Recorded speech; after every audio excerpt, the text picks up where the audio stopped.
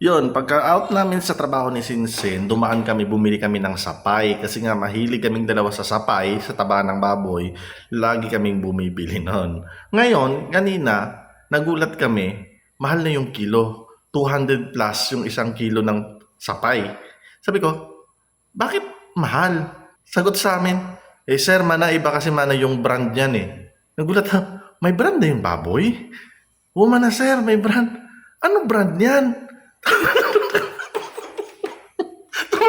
Sabi ni Sinsen, iba rin ba yung flavor niya? No choice kami, bit-bit na namin. So binili namin yung isang kilo, 200 plus. Tapos daan tayo doon sa Yuturong. Kasi pumunta kami Yuturong, kita namin yung same na sapay. Pabili niyan, magkano yan? 80. Sabi ni Sinsen, ang mura naman. Yung nabili namin kaninang sapay, isang kilo, 200. Ha? Bakit ba na 200? Iba daw yung brand eh. May brand yung baboy? Sabi ko,